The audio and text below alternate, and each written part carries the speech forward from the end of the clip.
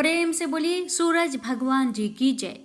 प्यारे भक्तों, आज कार्तिक महीने की पहला रविवार का दिन है और रविवार का दिन सूर्य भगवान को समर्पित है।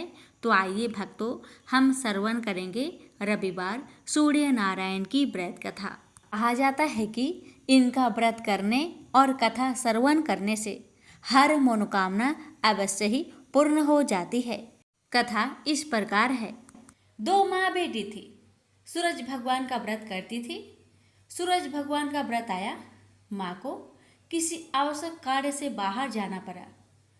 उसने अपनी बेटी से कहा, बेटी तू 2 रोट बना लेना। बेटी ने 2 रोट बना लिया। उसी समय एक जोगी भिक्षा मांगने आया। उसने माँ के रोट में से एक टुकड़ा तोड़कर जोगी को दे दिया। माँ बाहर से आई और बोली, मेरा रोट दे। तो बेटी बोली, माँ एक जोगी भिक्षा मांगने आया था, आपके रोट में से थोड़ा टुकड़ा उसको दे दिया। ऐसा सुनते ही उसकी माँ ने जिद पकड़ ली और सारा दिन कहने लगी, घी रोटो दे, घी रोटो मेली कोर दे, पूरो दे पर महारो दे।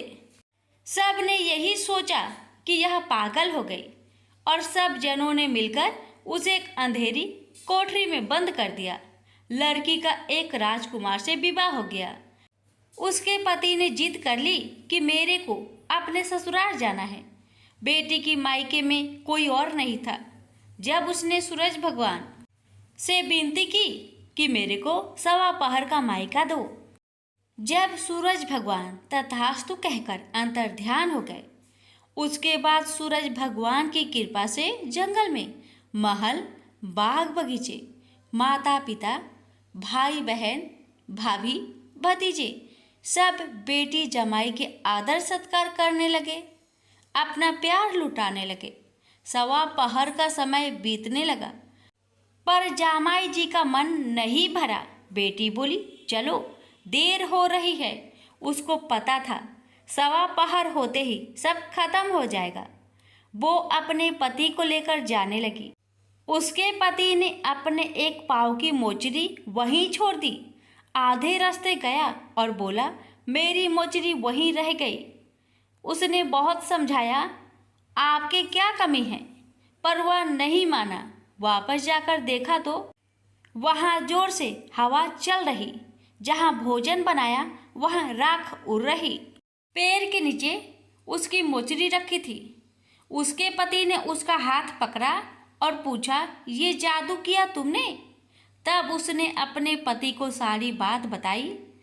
उसके पियर मायका में कोई नहीं है, उसकी एक बावली माँ है। ये तो सूरज भगवान ने उसको 1.25 पहर का मायका दिया। उसने और उसके पति ने सूरज भगवान से प्रार्थना की और सूरज भगवान की कृपा से उसकी माँ ठीक हो गई और उसको बहुत सारी धन दौलत देकर विदा किया। हे सूरज भगवान, जैसा लड़की को दिया वैसा सबको देना। कहानी कहते सुनते हुक्कारा भरते सभी के परिवार को देना। प्रेम से बोलिए सूर्य नारायण की जय। प्राचीन काल में एक नगर में एक वृद्धा रहती थी। उसका नियम था कि वह हर रविवार घर आंगन गोबर से लिपकर भोजन तैयार करती और सूर्य देव को भोग लगाकर ही भोजन करती थी। ऐसा व्रत करने से उसका घर अनेक प्रकार से धन्य धान्य से पूर्ण हो गया। श्री हरि की कृपा से घर में किसी प्रकार की विघ्न या दुख नहीं था। सब प्रकार से घर में आनंद रहता था। इस तरह कुछ दिन बीत जाने पर उसकी एक पड़ोसन, जिसकी गौ का गोबर वह वृद्ध लाया करती थी, विचार करने लगी कि यह वृद्ध सर्वदा मेरी गौ का गोबर ले जाती है, इसलिए अपनी गौ को घर के भीतर बांधने लगे। वृद्धा को गोबर न मिलने से रविवार के दिन अपने घर को न लिप सकी, इसलिए उसने न तो भोजन बनाया न भगवान को भोग लगाया तथा स्वयं भी उसने भोजन नहीं किया। इस प्रकार उसने निराहार व्रत किया। रात्रि हो गई और वह भूखी सो गई। रात्रि में भगवान ने उसे स्वप्न दिया और भोजन न बनाने तथा लगाने का कारण पूछा। वृद्धा ने गोबर न मिलने का कारण सुनाया। तब भगवान ने कहा कि माता, हम तुमको ऐसी गौ देते हैं जिससे सभी इच्छाएं पूर्ण होती है, क्योंकि तुम हमेशा रविवार को गौ के गोबर से लिपकर भोजन बनाकर मेरा भोग लगाकर खुद भोजन करती हो। इससे मैं खुश होकर तुमको वरदान देता हूँ। निर्धन को धन और बाज स्त्रियों को पुत्र देकर दुखों को दूर करता हूँ तथा अंत समय में मोक्ष देता हूँ। सपने में ऐसा वरदान देकर भगवान तो अंतर्ध्यान हो गए और वृद्धा की आँख खुली तो वह देखती है कि आंगन में एक अति सुंदर गौ और बछड़ा बंधे हुए हैं। वह गाय और बछड़े को देखकर अति प्रसन्न हुई और उसको घर के बाहर बांध दिया और वही खाने को चारा डाल दिया। जब उसकी पड़ोसन वृद्धा ने घर के बाहर एक अति सुंदर गौ और बछड़े को देखा तो देश के कारण उसका हृदय जल उठा और उसने देखा कि गाय ने सोने का गोबर किया है, तो वह उस गाय का गोबर ले गई और अपनी गाय का गोबर उसकी जगह रख गई। वह नित्य प्रति ऐसा ही करती रही और सीधी साधी वृद्धा को इसकी खबर नहीं होने दी। तब सर्वव्यापी ईश्वर ने सोचा कि चालाक पड़ोसन के कर्म से वृद्धा ठगी जा रही है, तो ईश्वर ने संध्या के समय अपनी माया से बड़े जोर की आंधी चला दी। वृद्धा ने आंधी के भय से अपनी गौ को भीतर बांध लिया। प्रातःकाल जब वृद्धा ने देखा कि गौ ने सोने का गोबर दिया तो उसके आश्चर्य की सीमा न रही और वह प्रतिदिन गौ को घर के भीतर ही बांधने लगी। उधर पड़ोसन ने देखा कि बुढ़िया गौ को घर के भीतर बांधने लगी है और उसका सोने का गोबर उठाने का दांव नहीं चलता, तो वह ईर्ष्या और डाह से जल उठी और कुछ उपाय न देखकर पड़ोसन ने उस देश के राजा की सभा में जाकर कहा, महाराज, मेरे पड़ोस में एक वृद्धा के पास ऐसा गौ है जो आप जैसे राजा के ही योग है। वह नित्य सोने का गोबर देती है। आप उस सोने से प्रजा का पालन करिए। वह वृद्धा इतने सोने का क्या करेगी? राजा ने यह बात सुनकर अपने दूतों को वृद्धा के घर से गौ लाने की आज्ञा दी। वृद्धा प्रातः ईश्वर का भोग लगा भोजन ग्रहण करने जा ही रही थी कि राजा के कर्मचारी गौ को खोलकर ले गए। वृद्धा काफी रोई चिल्लाई, किंतु कर्मचारियों के समक्ष कोई क्या कहता। उस दिन वृद्धा गौ के वियोग में भोजन न खा सकी और रात भर रो रो कर ईश्वर से गौ को पुनः पाने के लिए प्रार्थना करती रही। उधर राजा गौ को देखकर बहुत प्रसन्न हुआ, लेकिन सुबह जैसे ही वह उठा, सारा महल गोबर से भरा दिखाई देने लगा। राजा यह देख घबरा गया। भगवान ने रात्रि में राजा को सपने में कहा कि हे राजा, गाय वृद्धा को लौटाने में तेरा भला है। उसके रविवार के व्रत से प्रसन्न होकर मैंने उसे गाय दी थी। प्रातः होते ही राजा ने वृद्धा को बुलवाकर बहुत से धन के साथ सम्मान सहित गौ बछड़ा लौटा दिया। उसकी पड़ोसिन को बुलाकर उचित दंड दिया। इतना करने के बाद राजा के महल से गंदगी दूर हो गई। उसी दिन से राजा ने नगरवासियों को आदेश दिया कि राज्य की तथा अपनी समस्त मनोकामनाओं की पूर्ति के लिए रविवार का व्रत रखा करो। व्रत करने से नगर के लोग सुखी जीवन व्यतीत करने लगे। कोई भी बीमार तथा प्रकृति का प्रकोप उस नगर पर नहीं होता था। सारी प्रजा सुख से रहने लगे। प्रेम से बोलिए सूर्य नारायण की जय। अटपट नगरी का एक गरीब ब्राह्मण लकड़ियों और घास के लिए हर रोज जंगल में जाया करता था। एक दिन उसने वहां वन देवियों को सूरज भगवान की पूजा करते हुए देखा। सूर्य नारायण के आह्वान का उनका अनुष्ठान अनूठा था। ब्राह्मण ने साहस जुटाकर उनसे पूछा कि ये क्या कर रहे हैं आप लोग? तब उन्होंने उत्तर दिया, यह सूर्य नारायण का अनुष्ठान है। ब्राह्मण ने कहा, मुझे भी इसकी विधि बताइए। तब वन देवियों ने कहा, नहीं, यह बहुत शक्तिशाली अनुष्ठान है। यदि हम तुम्हें सिखा देंगे तो संभवतः तुम अहंकारी हो जाओगे और इसे विधि पूर्वक न करोगे। ब्राह्मण ने वचन दिया, नहीं नहीं, मैं ऐसा बिल्कुल नहीं करूंगा। मैं विनम्रता पूर्वक संपूर्ण विधि का भली भांति पालन करूंगा। तब वन देवियों ने कहा, उसे अनुष्ठान की विधि समझाई कि रविवार को चंदन सार से सूर्य नारायण का चित्र बनाकर उसे पुष्प और फल अर्पित करे। उसके बाद 6 महीने तक हर रविवार को वह ऐसा ही करे। फिर उसके अगले 6 महीने गरीबों को दान करे। ब्राह्मण घर गया और रविवार से अनुष्ठान प्रारंभ कर दिया। उसके अनुष्ठान से सूरज भगवान बहुत प्रसन्न हुए। धन धान्य से ब्राह्मण का घर भर गया। उसे बहुत प्रसिद्धि प्राप्त हुई। एक दिन रानी ने उसे बुलवाया। राजमहल में जाते समय भय से उसकी टांगे कांप रही थी। रानी ने उसे बैठने को आसन दिया और सहृदयता से कहने लगी, डरने की कोई बात नहीं है। हमने आपको इसलिए बुलाया है कि हम चाहते हैं आप अपनी बेटियां हमें दे दे। ब्राह्मण सिसकते हुए कहा, मेरी बेटियां बहुत तंगी में बड़ी हुई है। राजवंश में उनके साथ चाकरों के समान आप व्यवहार करेंगी। रानी ने उसे आश्वस्त किया कि नहीं नहीं, ऐसी बात नहीं है, आप चिंता न करें, उनके साथ राजसी व्यवहार किया जाएगा। एक का राजा से विवाह होगा और दूसरी का मंत्री से होगा। ब्राह्मण ने खुशी खुशी रानी का प्रस्ताव स्वीकार कर लिया। शीघ्र ही विवाह हो गए और ब्राह्मण की बिटिया ससुराल चली गई। पूरे 12 बरस ब्राह्मण उनसे मिलने नहीं आया। वह अपने काम और काज में और अनुष्ठान में व्यस्त रहता था। तथा 12 बरस बाद उसने बेटियों से मिलने की सोची। पहले वह बड़ी बेटी के पास गया। बड़ी बेटी राजा से ब्याही थी।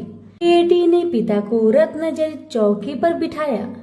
सुगंधित जल से उनके हाथ पैर धुलवाए और मिठाई परोसी। ब्राह्मण ने कहा, जलपान से पहले तुम मेरी कथा सुनोगी?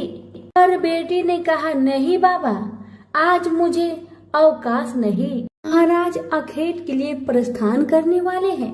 मुझे उनके खाने की व्यवस्था करनी होगी। ब्राह्मण को उसका व्यवहार बहुत अशिष्ट लगा। वह क्रोध होकर वहां से चल पड़ा। ब्राह्मण वहां से छोटी बेटी के पास गया जो कि मंत्री से ब्याही गई थी। बेटी पिता को देखकर बहुत प्रसन्न हुई। बेटी ने उसे नक्काशीदार चौकी पर बिठाया। सुगंधित जल से हाथ पांव धुलवाए और उनके खाने के लिए मिठाई लेकर आई। ब्राह्मण ने कहा, बेटी, जलपान से पहले तुम्हें मेरी कथा सुननी होगी। बेटी ने कहा, हाँ अवश्य बाबा, कथा सुनकर मुझे प्रसन्नता होगी। यह कहकर वह घर के भीतर जाकर 6 मोती लेकर आई। 3 मोती पिता के हाथ पर रखे और 3 अपने हाथ में रखे। यह कथा ब्राह्मण ने आज से पहले किसी को नहीं सुनाई थी। उसने बेटी को बताया कि कैसे वह वन देवियों से मिला और कैसे उन्होंने उसे सूर्य नारायण का अनुष्ठान पूजन विधि बताया। बेटी ने एक एक शब्द को बड़े ध्यान से सुना। फिर ब्राह्मण ने मुदित मन से जलपान ग्रहण किया और घर लौट आया। पंडिताइन ने बेटी की कुशल क्षेम पूछी। ब्राह्मण ने उसे सारी बातें बताई और कहा कि बड़ी वाली मेरी बेटी ने मेरी कथा नहीं सुनी, उसे इसका फल भुगतना पड़ेगा। और वही हुआ।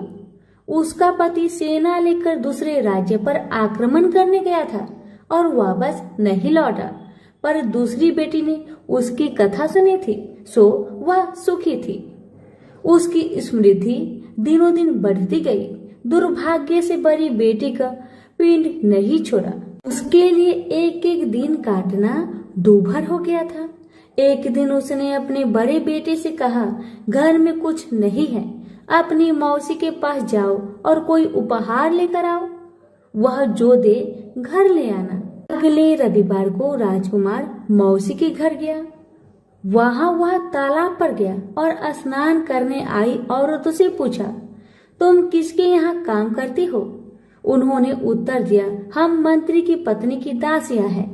राजकुमार ने कहा, अपनी मालकिन से जाकर कहो कि उनकी बहन का बेटा आया है। ये भी कह देना कि उसके कपड़े फटे हुए हैं, इसलिए वो उसे पिछले दरवाजे से महल के भीतर आने दे।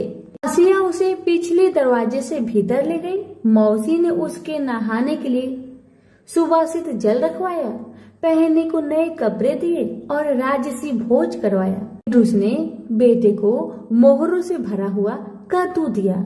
वह चलने लगा तो मौसी ने कहा, इसे संभाल कर ले जाना, कहीं खोना मत। और रास्ते में सूर्य भगवान ने माली के भेष धारण करके मोहर से भरा हुआ कद्दू चुरा लिया। वह घर पहुंचा तो माँ ने उससे पूछा कि मौसी ने तुम्हें क्या दिया। राजकुमार ने खाली हाथ दिखाते हुए कहा, जो भाग्य ने दिया वह कर्म ने छीन लिया।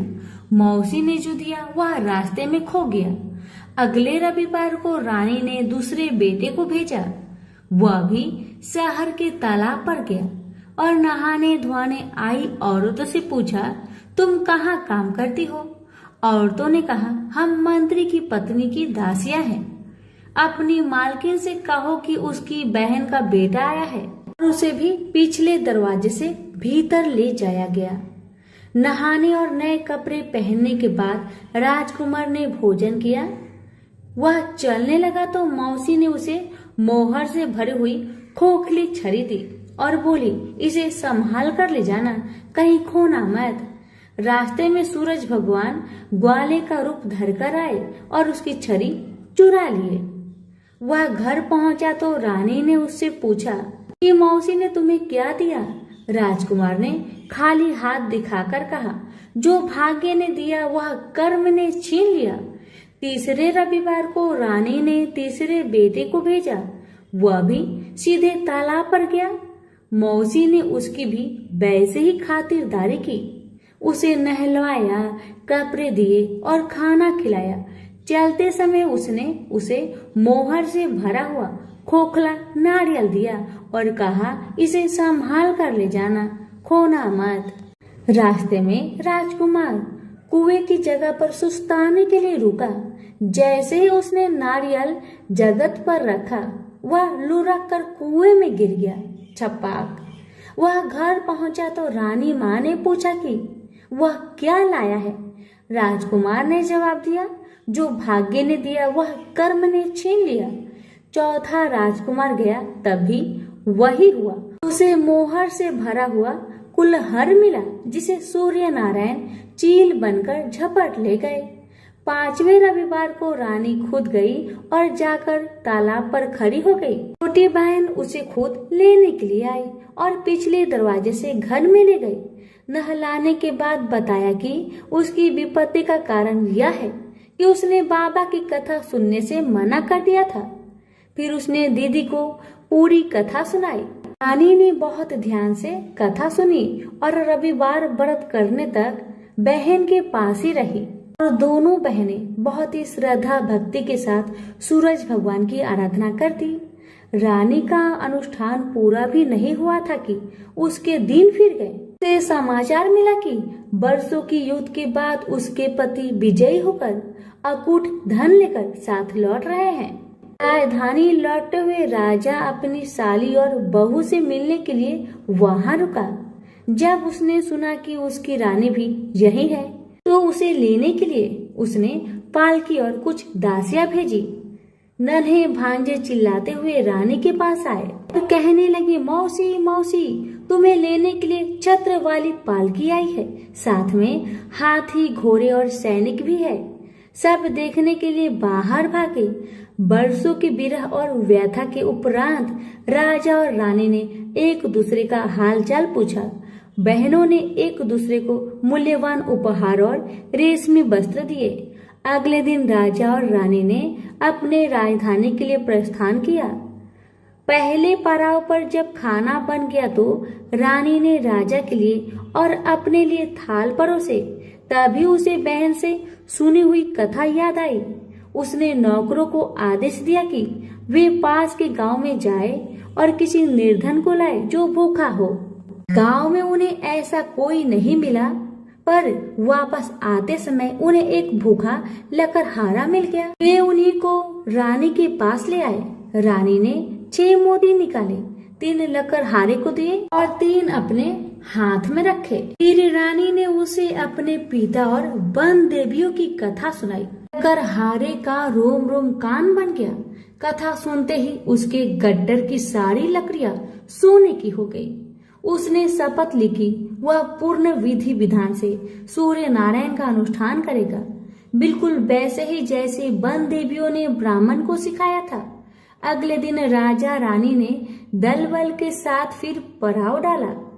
खाना बन गया तो रानी ने राजा के लिए और अपने लिए खाना परोसकर सेवकों को किसी निर्धन और भूखे को लाने का आदेश दिया। आज वे एक किसान को लाए जिसकी फसल मुरझा गई थी और कुआं सूख गया था। रानी ने 6 मोती निकाले, 3 किसान को दिए और 3 अपने हाथ में रखे। फिर उसने उसे अपने पिता और वन देवियों की कथा सुनाई। कथा संपूर्ण होने से पहले ही उसकी फसल फिर से हरी भरी हो गई और सूखे कुएं में पानी भर आया। वापस जाते समय उल्सित किसान ने शपथ ली कि वह संपूर्ण विधि विधान के साथ सूर्य नारायण का अनुष्ठान करेगा, जैसा कि वन देवियों ने ब्राह्मण को सिखाया था। तीसरे पड़ाव पर रानी ने एक बुढ़िया को सूरज भगवान की कथा सुनाई। बुढ़िया का बेटा जंगल में खो गया था, दूसरा तालाब में डूब गया था और तीसरा सांप काटने पर मर गया था। रानी की कथा सुनते ही बुढ़िया के तीनों बेटे एक एक करके पड़ाव पर आ गए। बुढ़िया खुशी के आंसू बहाते हुए वहां से गई। उसने प्रण किया कि वह सूरज भगवान की उसी विधि से आराधना करेगी जो वन देवियों ने ब्राह्मण को सिखाया था। चौथे पड़ाव पर रानी के चाकर एक हाथ पांव विहीन आदमी को लाए। उसकी आंखें इतनी कमजोर थी कि उसे मुश्किल से ही कुछ दिखता था, यहाँ तक कि उसका कोई नाम भी नहीं था। लोग उसे लोथ कहते थे। चाकरों ने उसे जब देखा तब वह मुंह के बल पड़ा था। वे उसे उठाकर पड़ाव पर ले आए। रानी ने उसे नहलवाया और नए कपड़े पहनने को दिए। फिर उसने 6 मोती निकाले, 3 लोथ के पेट पर रखे और 3 अपने हाथ में रखे। फिर उसने उसे अपने पिता और वन देवियों की कथा सुनाई। अपाहिज आदमी ने पूरा श्रद्धा से कथा को सुना। कथा सुनते ही उसके हाथ पैर निकल आए और इसके आंखों की ज्योत भी लौट आई। वो भी जाते समय अति प्रसन्न होकर गया। उसने शपथ लिया कि वह सूर्य नारायण की विधि पूर्वक आराधना करेगा, जैसे कि वन देवियों ने ब्राह्मण को बताया था। अगले दिन राजा और रानी अपनी राजधानी पहुंच गए। वे महल में भोजन करने के लिए बैठे तो सूरज भगवान स्वयं प्रकट हुए और उनके साथ भोजन करने की मनसा दर्शाई। राजन ने महल के सारे दरवाजे खुलवा दिए और अनेकानेक उत्कृष्ट व्यंजन बनाने का आदेश दिया। प्रत्येक पकवान को 6 अलग अलग खुशबुओं के साथ परोसा गया। सूर्य नारायण और राजा खाने के लिए बैठे। सूर्य नारायण को पहले कौर में ही एक लंबा वाल दिखा। वह क्रोधित होकर चिल्लाए, यह किस अधम स्त्री का वाल है? रानी भय से पीली पड़ गई। उसे याद आया कि अपनी विपत्ति के 12 वर्षों में वह उल्टे के नीचे बैठकर कंघी किया करती थी। संभवतः वह उसी का बाल है। वह सूरज भगवान के पैरों में गिर पड़ी, पर सूरज भगवान ने उसे माफ नहीं किया। अंततः रानी ने मोटी मोटी कंबल ओढ़ी, उल्टी में से एक एक लकड़ी निकाली और उस लकड़ी और बाल को शहर के बाहर ले जाकर अपने बाएं कंधे के ऊपर से फेंका। तब कहीं सूर्य नारायण का क्रोध शांत हुआ और उन्होंने भोजन ग्रहण किया। ब्राह्मण, राजा, रानी, उनके बच्चे, मंत्री की पत्नी, लकड़हारा, किसान, बुढ़िया और वह आदमी जिसे लोथ कहा जाता था, सभी को सूर्य नारायण की अनुकंपा से लंबी आयु मिली। जब तक वो जिए सुख से जिए। तो सभी प्रेम से बोलिए सूर्य नारायण की जय।